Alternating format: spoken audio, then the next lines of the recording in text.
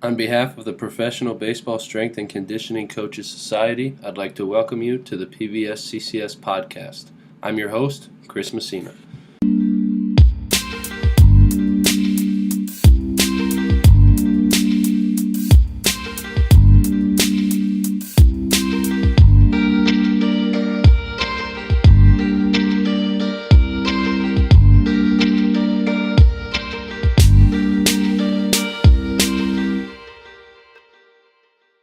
All right, everybody, I'm here with Kiyoshi Momose of the Boston Red Sox. Yosh, thanks for coming on, man. Really appreciate it. Tell the listeners about yourself, if you would. Yeah, first of all, Chris, thank you very much for inviting me. This is a great opportunity, and then I'm excited to speak with you. And then just it's good. This is a great opportunity for me and for us and the strength and conditioning coaches in baseball. So thank you for that.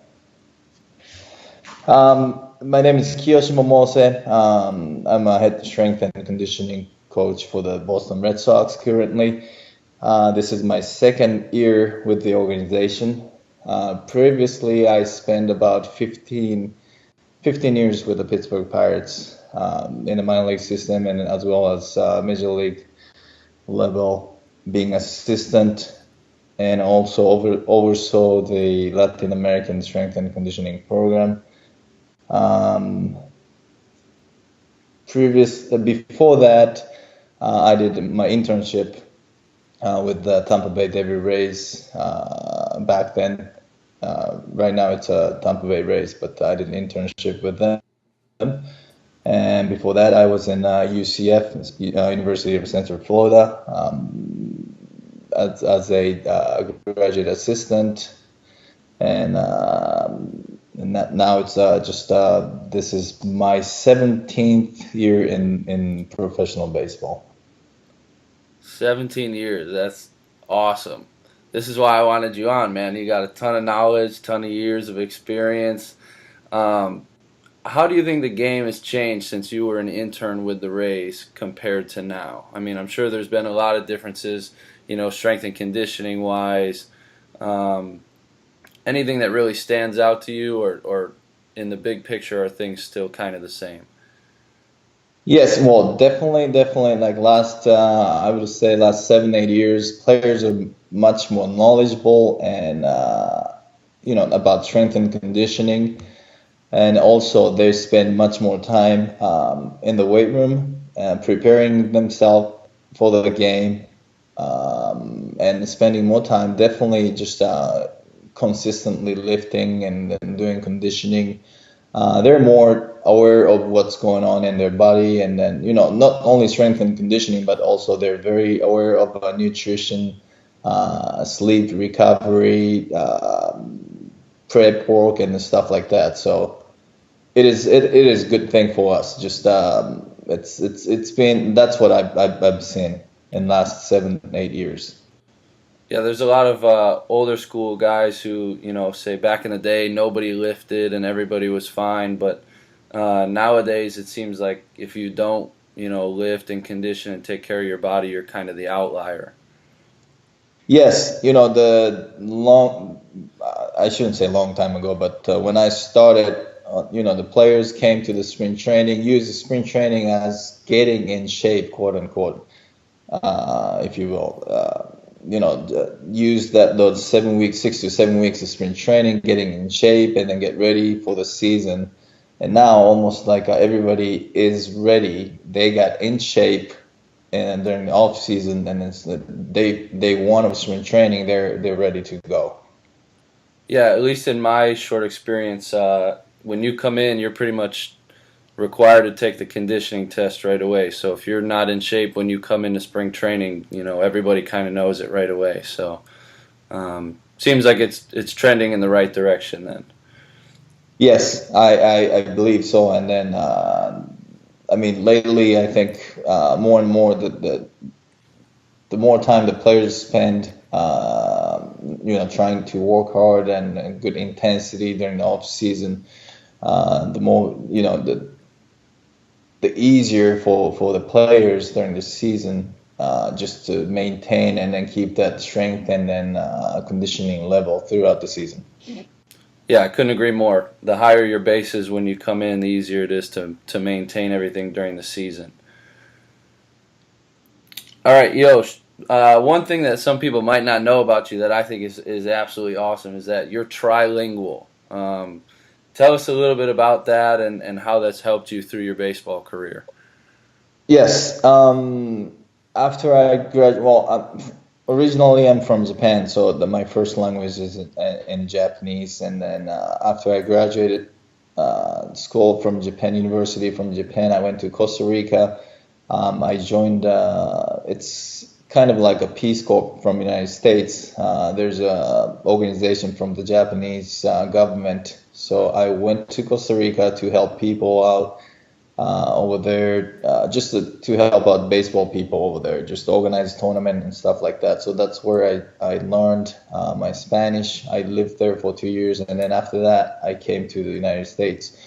So, I mean, definitely in baseball, it's just that there's a lot of Spanish-speaking population in baseball, and then there's some Japanese players here too. So, I mean, definitely it helped me to communicate with the players, and then by doing so, I think I can get much more easier to get their the players are probably easier to talk to me in their language in Spanish, so I get more like it's easy to build the relationship with the Spanish-speaking players. Yeah, I mean, relationships and communication, they go hand in hand, and they're huge in baseball. I mean, we've talked about that many times. So the easier it is for you to communicate with them and for them to communicate with you, the easier it is to build those relationships. So I can definitely see where that's helped you.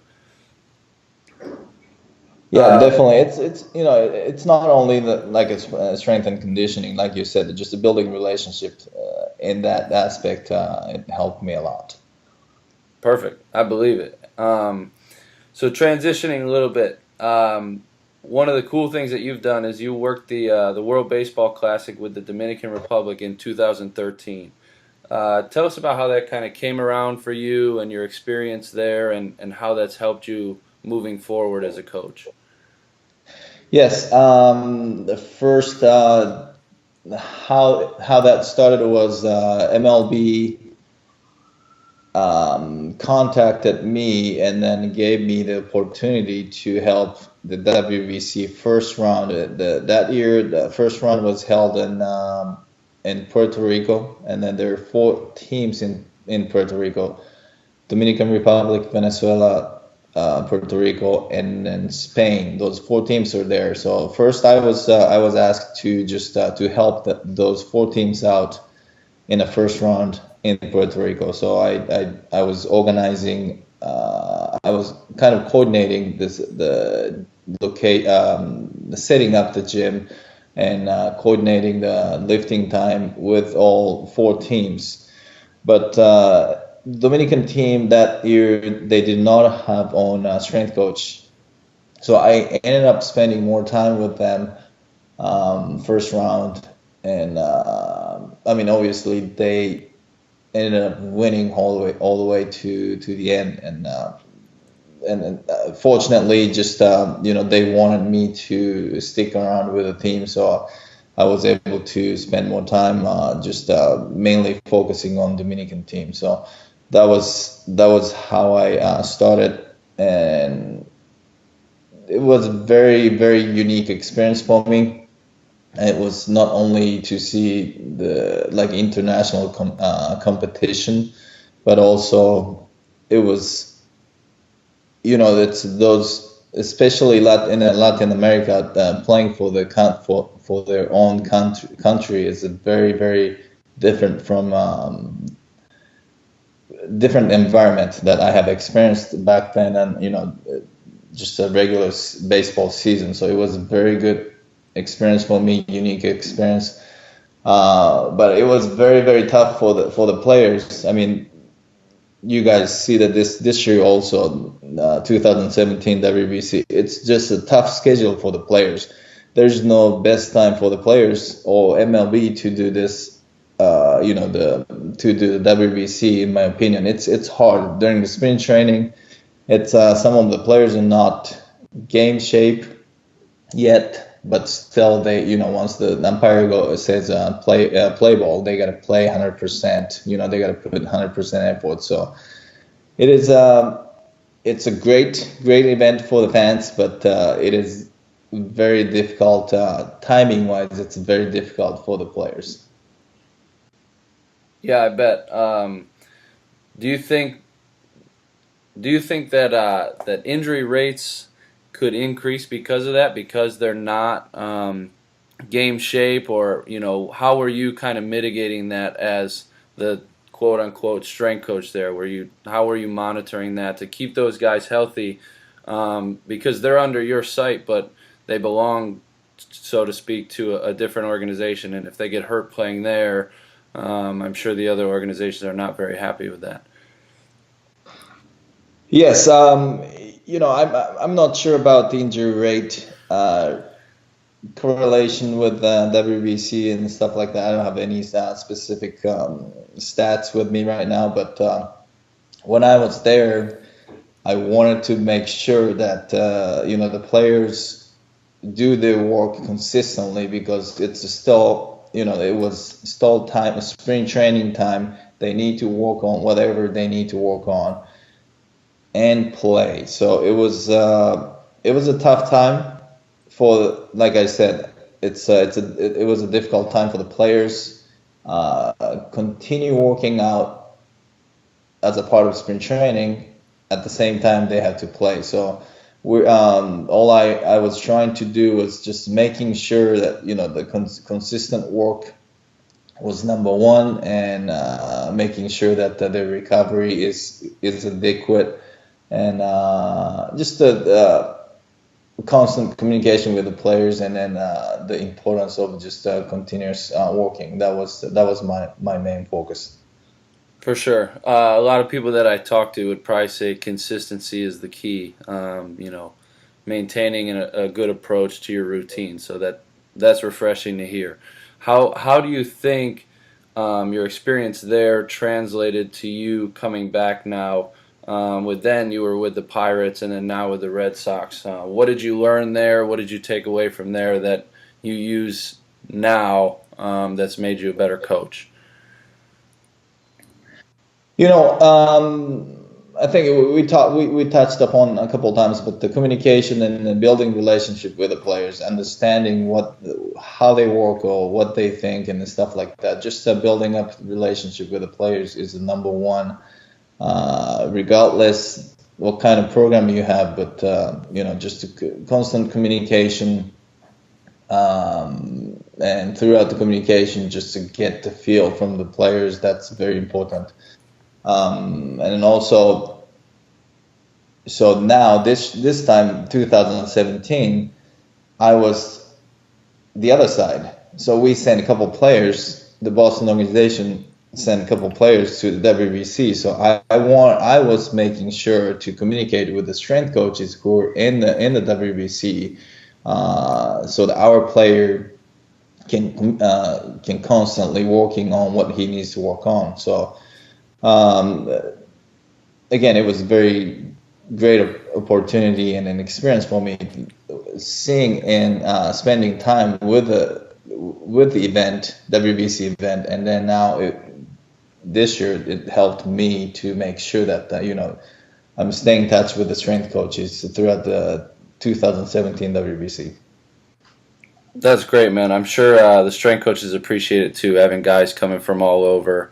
I know when I was in the fall league, we had 5 different teams and 5 different programs, so it was good to hear from coordinators just what it was expected of the players. It makes everybody's job a little easier. So I have an idea of what the answer to this question might be, but what do you believe makes a strength and conditioning coach successful? Well, I've been working in baseball, like I said, at 17 years, but I mean, everybody's goal is one, to win the World Series championship.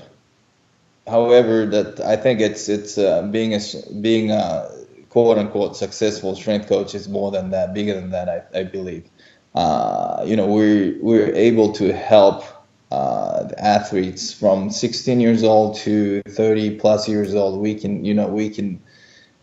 see those athletes every day. We talk to them. So it's whenever like we're able to help or assist the players and then and then see their success.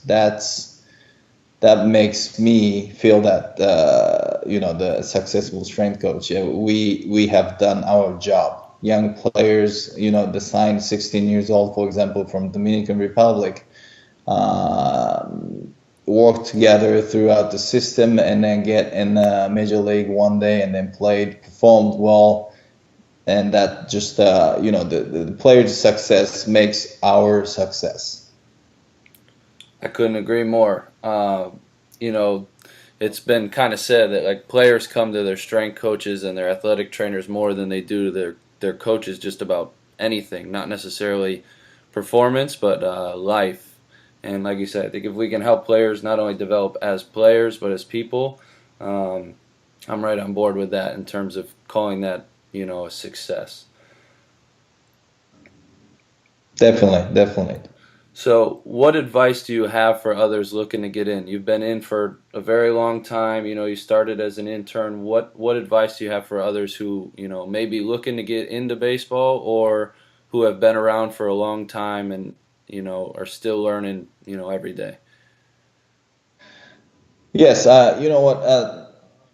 I think just to understanding where you're at right now, understanding where you want to be in the near future, understanding or having kind of idea where you want to be in 5 years, 10 years, in the short term, long term, stuff like that. That will help. What you need to do right now, and then also just having a lot of contact with different strength coaches, and not only strength coaches, but the sports coaches, the skill coaches, athletic trainers, and physical therapists. A lot of network you have. The more network you have, I think that the better off you're gonna have a more chance or opportunity to be able to work with the great or higher level athletes. And obviously, just everybody needs to continue learning every day and not only strength and conditioning, like we talked about life, and then just life in general. I think it's a journey of learning and making mistakes, but learn from that. So it's just myself, same thing. It's just don't be afraid to make a mistake, but make sure that to learn something from that, and also continue learning, and then be open minded. Yet keep it simple. Perfect. Perfect. That transitions me to my next question. You talk about learning every day. Where do you go for continuing education? Do you read books, attend seminars, listen to podcasts, visit websites? Where are you going so that you can keep the mind sharp? Um, the things you just mentioned, all of them, and the thanks to Chris, I know you listen to a lot of podcasts, and then I started to do that as well, and try to read books, and then the website obviously, and right now we're um, our assistant strength and conditioning coach Mike Cruz. He introduced me this velocity based training, so we're very very focusing on this right now. Just try to apply this great system into our program. So as much as I can, it's a baseball is as tough schedule every day, just non-stops. But I'm trying to find a time to just read a book or just go to the website and stuff like that. Do you have any books that you would recommend if there was one that other coaches should read, whether it be life or strength and conditioning? You got any books that you recommend? You know what? Top of my head, I don't have a specific one, but probably if you want to contact me later on, and I can recommend some books. For sure. I saw you reading "The Obstacle Is the Way" in spring training, and I decided I needed to buy it. I said, hey, if Kiyoshi's reading this, I need to read it, and that was a pretty good one. All right, Yosh, if you got time, I know you guys had a late game last night. I don't know if you need some rest or anything, but if you got time, I'd like to do a lightning round with you. Okay. Well, like you said, it was a late night, so I'm not sure how aware I am right now, but let's try. All right, here we go. First question: biggest influence on you as a strength and conditioning coach? Who is it? Just one. I mean, you can name as many as you'd like. Strength coach Joe Hughes, Brendan Hatman, Chris Dunaway, Frank Velasquez. Any particular Those, reasons, or we're just leaving it at that? just leave it. I know a few of those names, so I have a good idea of why they've influenced you. If you could only pick one piece of equipment to train with, what would it be? Um, Barbell and plates. Perfect. I agree, 100%. You could do a lot of stuff with a barbell. Number three, greatest accomplishment for you, professionally or personally?